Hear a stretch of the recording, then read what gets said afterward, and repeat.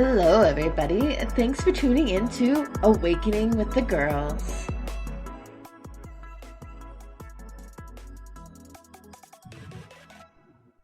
Hi guys, welcome to another episode of Awakening with the Girls. Shannon Shine here. And Breezy. Yay! I'm so excited to have you again. It's been a crazy world. I can't say I'm excited for what's happening in the world, but I'm excited to have a discussion with you about just showing up and feeling the energy that is happening right now. What has been going on in your world since the last time we caught up on the podcast? Wow, Shannon, thank you so much for having me back here.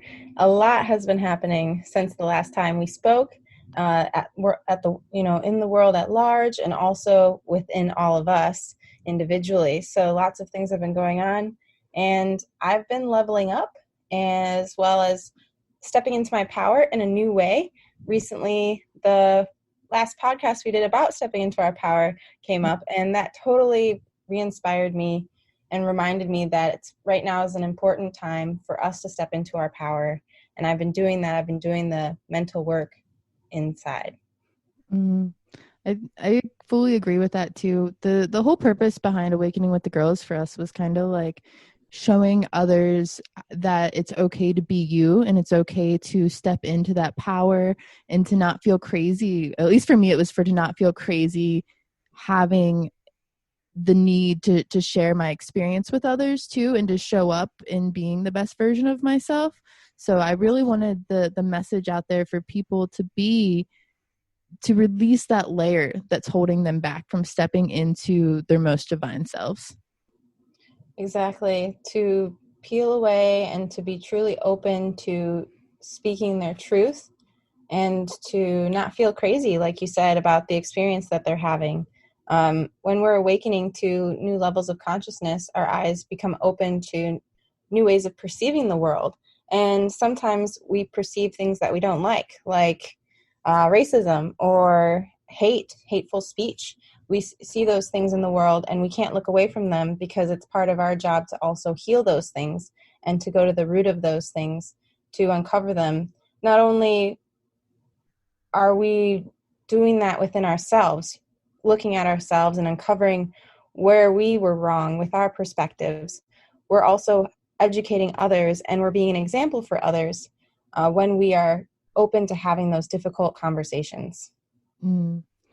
Yeah, I think that's really important, as to how we can show up for those difficult conversations and not necessarily increase the battle, but share multiple perspectives and to educate ourselves. That's been a big lesson for me. So I guess for some perspective, for those listening, we are recording this kind of in the middle, a week or two in of the 2020 Black Lives Matter protests, and we're in like a month or two now of just getting out of what was a really long quarantine. I was calling it the Great Pause, but now I'm calling this experience the Great Rebirth, because I feel like the spirit is pushing all of us, not just myself, which I often look at the spiritual journey as being a very personal journey, but this is the spiritual journey of the collective, and how the collective is going to show up for one another and show up for all of our brothers and sisters of all different walks of life, to be accepted and to be seen and to be loved. And I know that for me, that's been really kind of taking a step back and educating, because I am somebody who teaches. I'm somebody who likes to speak and use my voice as my weapon, versus like the whole fighting and more perspective. But I have been somebody out here screaming, "Where's the revolution?" And I realized I don't want a revolution. I want an evolution. I want people to evolve. Yes, a personal evolution within the soul, within the perspective where we can see each other and truly acknowledge each other as individual human beings with past experiences that have informed our current way of living. And when we acknowledge that, we can see how intrinsically worthy each human is. Yeah, and I think it's been just important to really show up for those hurting too. There's so many people coming out with stories of just hurting from all angles, and we're seeing that it's such a big issue that people aren't talking about, kind of like when other movements became more apparent to the collective with the Me Too. Like now we're dealing with people who have been not only abused, but abused because of how they are perceived in the world, whether it's by their skin color, or whether it's that they're a woman, or there's all these different there's a term for it. You had a nice term for it, where it's like cross-sectioning in the Yes, the fight is intersectional. Intersectional. That's the term I was looking for there. And it's really moving to see how many people are showing up at these marches and being able to be there in solidarity. You recently spoke at an event, and the footage I saw of that event was just amazing. There was so many people there just rooting for the cause. Yes, a small town of Livonia, Michigan, part of Metro Detroit area, has been known for having like a racist history with some pretty interesting laws that were no longer practiced but were still on the books. And we had the rally, we invited the community, 2,000 people showed up, Channel 7 News showed up, and when we spoke, it was very powerful. And the message that, like you said, Shannon, there was an opportunity for the Black voices within the Livonia community to be heard. They shared their real stories, their true stories, and then it was my turn to share. And when it was my turn to share, I sent the message that it's time to have those uncomfortable conversations, because every good entrepreneur knows that success lies outside of the comfort zone. So if we really want to be successful at bringing in and manifesting the world that we want to see, we have to be able to feel uncomfortable and to go into those emotions and to acknowledge and really root ourselves in love as we move through those uncomfortable conversations. Because I know myself that everything is triggering right now, in the sense that when I talk about my personal experiences, some people deny them, or some people, use like gaslighting techniques or scapegoating techniques. You might have heard these words being thrown around. And at the same time, I have to move through this whole conversation really rooting myself in love, because I truly love each and every single human. And so I have to act that way. I have to speak that way. And it's really difficult to have some of those conversations sometimes, Shannon.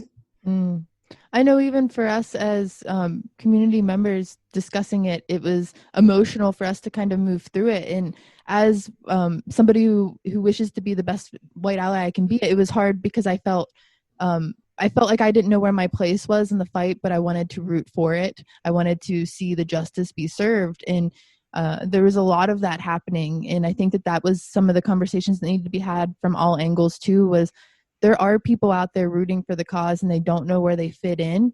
And they didn't know that even in their rooting for justice to be served and for equality to be had, that little things they were doing were still privileges that we had. And I say we because I've done it. I didn't realize that some of the privileges that I had were affecting how well I could show up as an ally.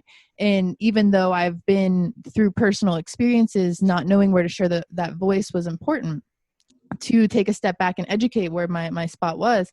But I have to say that as a white ally, I think it's really important for us to find those places to share the stories, because our stories of how we've perceived it, or maybe we didn't speak up when the time was right, is also going to inspire others as well, to share that and to step up. Because I know I received a lot of messages that were asking why I was willing to take that kind of fire, to put my voice out there as a white person when it wasn't my fight. And I said, it's everybody's fight. This is everybody's fight, because if you're seeing it happen, if you have family members that are participating, then it's still your fight. Ooh, girl, preach. No, it's very true. At the same, like, to echo that sentiment is to say that you have to keep fighting even after this hashtag stops trending. That's to say that you have to keep fighting even when there is no Black person present. You have to speak up. As a white ally, you have to create the space to allow other white allies to come in and explore those uncomfortable feelings and to check each other. And then at the same time, you also have to reach out to communities with the understanding that they might refuse you, because at the same time, they want to have that space to say, no, thank you. And at the same time, they do want to create that bridge. I know from personal experience what Shannon's talking about when she says, where do I fit in? Because I'm half Black and half white. And there is some privilege that comes with that, because I do have lighter skin. And at the same time, people feel more comfortable talking to me about certain topics. And so I have forgotten my white privilege on some occasions, in the sense that I have lighter skin. But at the same time, someone will always find a way to remind you that you are Black in America. And that statement is what we want to kind of peel back. We don't want people to feel that negativity that comes with being Black. So it starts with that hard conversation and creating spaces for people to come together. And being able to not go at it in like combat mode, because I know the first couple days that we were kind of stirring this pot, there were people that were just even on the same, what I call the same side, we're just like slaughtering each other. And I'm like, this isn't how this revolution's supposed to go. This is not, No, it's not. we're on the same side, rooting for the same justice, the same lives, the same everything. And it was like the people that needed to be hearing the conversations weren't. And I'm kind of speaking directly to social media, because it got crazy for a while, and being somebody who uses social media to share light into the world, again, that was like finding that place, finding how to actively continue sharing the true missions of finding that love, that unity, that community, and also holding space for those in power, the people that are in power of this movement, that are actually going to be able to make the difference. That's really important too, is holding that space for them and lifting them up with that good vibes and donations, and just being there, being present and seen and heard, but not super destructive. Right. No, Shannon, you were right. Social media just blew up. And I saw friends who were basically saying the same thing, fighting each other over semantics, and then getting angry at each other, and then doing the whole not listening thing, and then doing the whole I'm unfriending you thing. And I was like, whoa, whoa, whoa, whoa, whoa. Everybody, let's hit the brakes. Let's take a breath. I know we got to figure this out, but we're going to do it together. It's going to be fine. The unfriending just doesn't do anything. I know. Unfriending doesn't really help, because it kind of leaves people in the dark. That's my opinion. Right. Like, you need to be able to hold that conversation. But I'm also like somebody who believes that you have to kind of own up when you make mistakes too. Because like I said, I there were times I spoke real soon, and I had to own up to that. And it was almost like I felt like people wanted me to take it down my learning experience. And I was like, no, guys, like, this is a learning experience. Do you see how much education is here? Do you see how many links are here for you to get schooled as well? Like, take this as a learning experience. Like, some of us are taking the shots for others to learn. It's called the front line, you know? Like, yep. It's what we're Allies doing. to the front. Like, we're opening the discussion. It might not always be the prettiest, but we do our best. It's what we're trying. That's the whole point, is that we're trying. And I want to mention again that this fight is intersectional, because Black lives matter, and they matter in a lot of different topics as well. And right now it's June, so it's Pride Month, and LGBTQ Black lives matter. They are also, they have higher rates of suicide, and they have higher rates of hate crime. And also Black LGBTQ youth have hate that comes within their community as well. So we have to hold space there. And then to expand further, there are environmental components to this fight as well, because rural and low-income communities are often around factories, around oil refineries, around concentrated animal farming operations. So this fight has a lot of different branches to it, and we can all pick up a banner, and we can all find our place in this fight. I agree. I think that that's a beautiful message, is remembering that we all have a place, and it's bigger than we even see, because it's been evolving. It's been continuously evolving by the day. I mean, and when I say it, I mean like life, because life's been evolving since, I mean, obviously that's a silly statement, but I mean, like, 2020 shifted us. 2020 is the year I think everybody thought 2012 was going to be. Yes. Like, it is. It's definitely turning out to be that way. Like, we all thought 2012 was going to be this huge awakening shift, and we were all like, 2020, it's, and there's like this like graphic that's like, what if 2020 is not over? What if it's the year we've all actually been waiting for, to make us so uncomfortable that we actually are crazy enough to make a change in our realities? It's not just one person making it. It's not one person manifesting it. It's us as a collective seeing that we can make a difference. Look how much change has been made. People that have been against the protest and against the movement, like, there's that other kind of social list that's going out of all the things that we've achieved with these protests and protests in the past and in the way that we move forward as a society. This shows how much growth we've had as not only America, it has went global. This is one of the biggest movements in human history. Yes, this is true, because even people from Jamaica are protesting. They said that ever since Bob Marley died, they lost their sense of protest, and they're getting that back. So people are learning how to take the power back from their government and demand more from the people who are supposed to be representing them.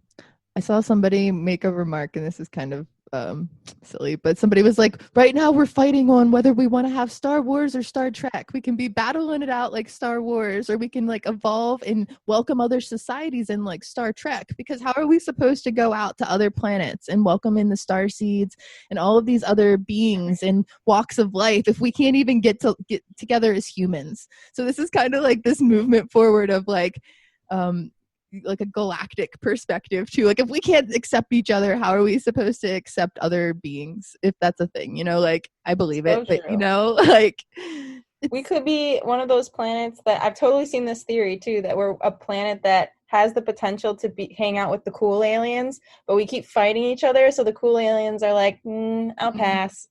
Yeah, they're like, what are they fighting for? They got all these resources and like these smart people that they're not giving opportunities to. Like, what? I don't know. Earth is such an interesting experience, being on Earth. Yeah. That is very true. We are souls, star seeds, light workers, rainbow warriors, having this human experience, and we're really rooting in this consciousness on this planet.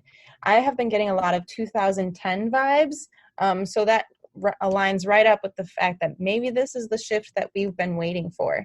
And it's eerily similar to the 1960s.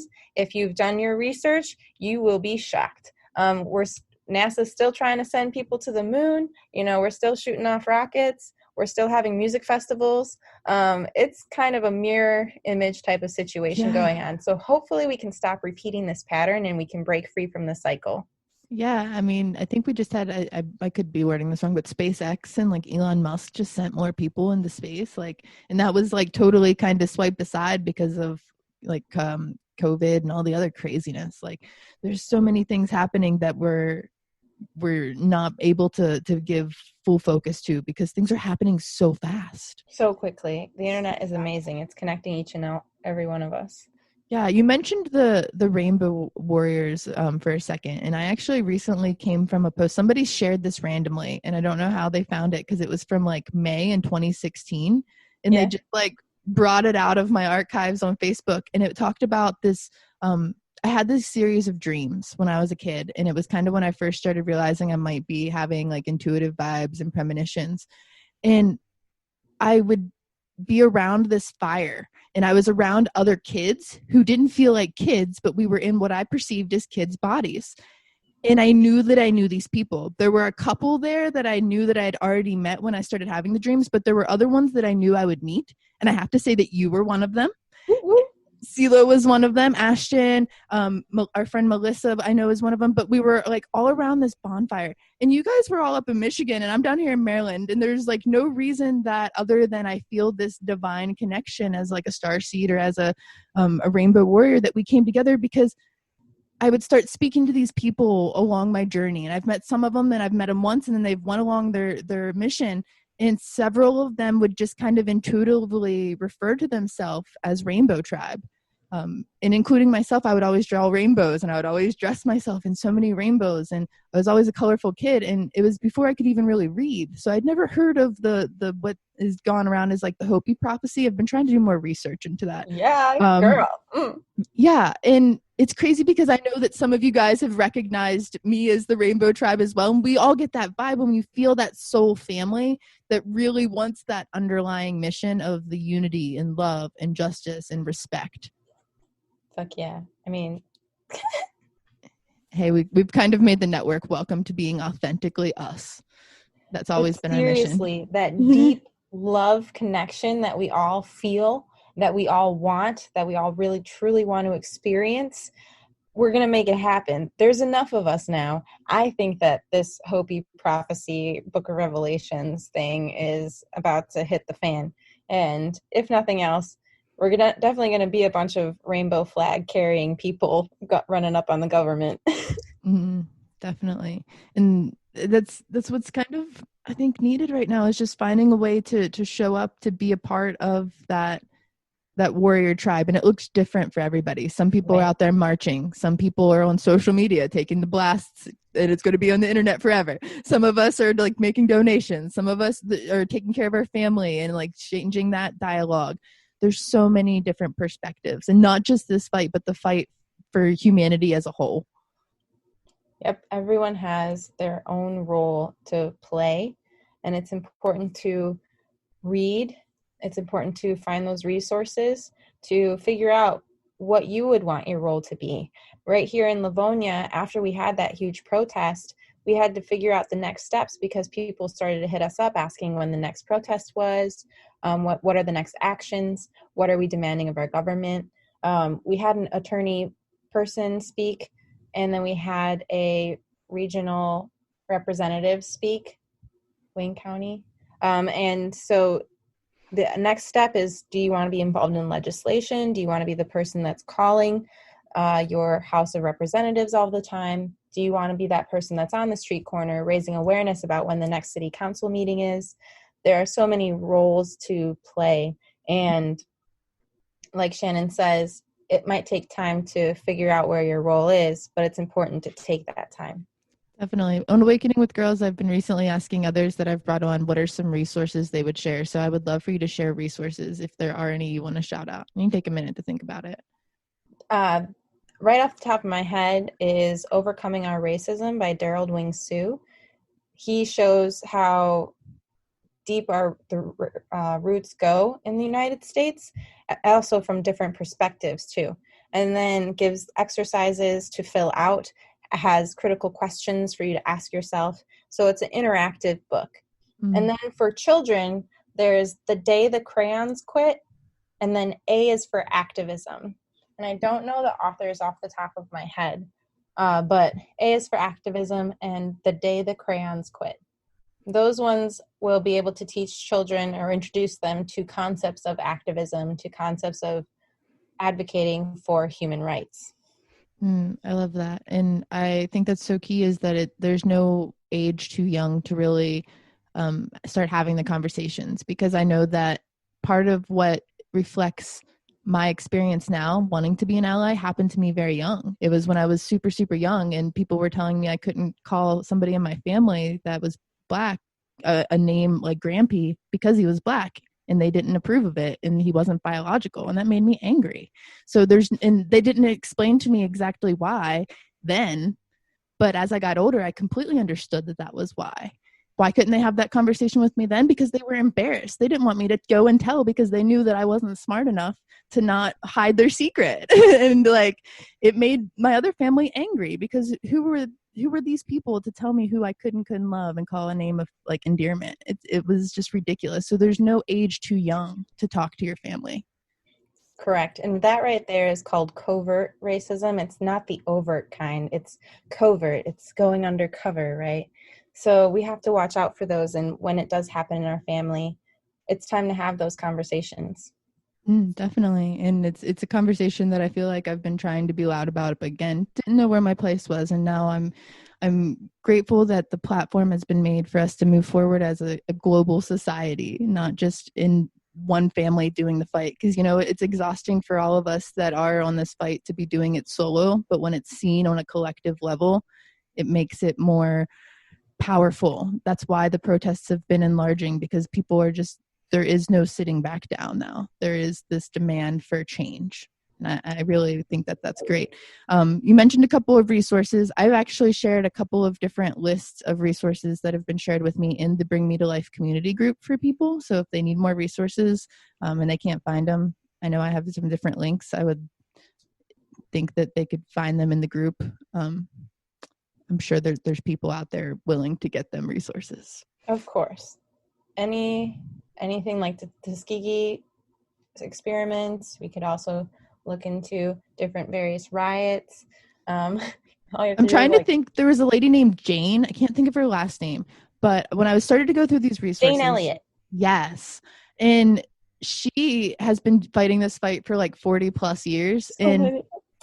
and she is like one of the most powerful like white allies I've seen, because she I takes know. no shit and she tells people real quick what is happening, who's boss, and who they're going to listen to, and she shows them why they think the way they do, and it really blew my mind, because I was like, wow, okay, things that made sense to me really don't make sense to some of my peers, and they really needed it broke down to them in this it was like an experiment she had where she like locked them in a warehouse, and she actually she starts out with like the people who have blonde hair and blue eyes, because there's proof that they're typically some of the ones who are unknowingly racist, and that was from past research. This is nothing that I've done. So it was just the experiment she had was for the example, and she allows people to kind of prove themselves and kind of shift the perspective, but there are some people very adamant in their ways, and she kind of like made them kind of live in that experience, and she asks everybody in the room if they would trade their experience with a black person or a person of color, and nobody stood up because they all felt like they didn't want to have that experience. And it was mind-blowing to me. It's something I never like sat back and thought about until it was put there in front of me. Right. I feel that sometimes it sits on the edge of our psyche, on the edge of our consciousness, as proven by the point that she asked them, would you want to trade places with a black person, with a Native American person, with, I'm substituting here, with the LGBTQ person, would you want to trade places with them? And if your answer is no, that's because you subtly know on the edge of your consciousness what their treatment or what their daily life might be like. And if that's the case, then that needs to change, and we need to be able to be vocal about that to the people who are supposed to be in charge of serving and protecting our communities. Mm-hmm. Yeah, there needs to be some sort of good education and training for those that are actually supposed to be taking care of their community. And I get it, there's some training, but it's just not extensive enough, because obviously there's things getting through the cracks, and it's time for a change. There's a lot of layers to this in terms of talking about solutions and talking about moving forward. There's a lot of layers to this because it's a systemic issue, in the sense that even mental health programs have been defunded across the states, and that mental health funding needs to be increased in general in order to provide support to the communities. Oftentimes, police officers are doing too many jobs and responding to too many different calls, and that creates stress. So there are many, many layers to this conversation that we probably don't want to dive into right here, but Right. I encourage people to have those conversations and to be open to researching the other side. I think that's the part of education we've reached. We've done a lot of research to understand why it's an issue. Now we're in the phase of the grief process where we're like, wow, this is something that the collective is grieving through, and we've got to find the solution, and we're not there as a collective yet. We're holding space for it. We're looking for the change. We're holding space for it, constantly seeking the change. All we can do is hold space and follow our hearts, and try to seek out the leaders that really have the best in mind for the community, and to be a leader in your own mind, and to not just blindly follow, but to educate and follow in divine steps. Yes, that reminds me of the angel card reading that's available on my Patreon, where Archangel Michael talked about really stepping into our power by remembering who we are and having crystal clear intentions about the world that we want to see. And that's exactly the energy that we're going to be moving forward with June. If you want to, check out the whole reading, just visit my Patreon, patreon.com/breezyspreadlove, to see the whole reading. But essentially, that's what we've been talking about this entire time in the podcast, is that we have to remember who we are as starseeds and light workers, and we have to be crystal clear on the world that we want to see, because we have to walk straight towards that world. We have to be very clear and with each step, and continue to walk straight. Like I said earlier, I truly love all humans, so I have to continue to walk straight towards that, on that path, and not waver from that path. Yeah, I agree. You got to find that vision, hold that vision, keep it steady. Beautiful. Is there anything else channeling through you that you want to share on that topic, or any topic right now? What's going on in your mind? Well, while we're on the topic, I just want to say that there's a huge call of action that's happening right now here in this moment as we're recording this that I hope people hear and I hope they respond to, and that I really hope they prepare for mentally, spiritually, and physically. So it's time to start exercising and eating healthy. It's really time to be prepared with your resources, and it's time to be prepared to engage in those tough conversations in order to really root in the world that we want to see. So thank you, Shannon, for also providing space here for us to have this discussion together. I really appreciate you as a friend and an ally. Thank you. I'm just grateful that you had time to show up because I know your schedule's busy, and we created this platform together and as a space to continue to evolve and to hold that kind of energy for others. So I've just been grateful to see you grow through the experience and see a lot of our community members grow and show up. And that's been really beautiful. And people have been finding their voice. And I think your call of action has been heard. And if not, I hope people start taking that action and finding their place. And I think your motto is more powerful than ever right now. Stay healthy, stay light, and don't give up the fight. I love it. Stay awake, shine on always. Until next time, keep the fight going. Bye. Bye.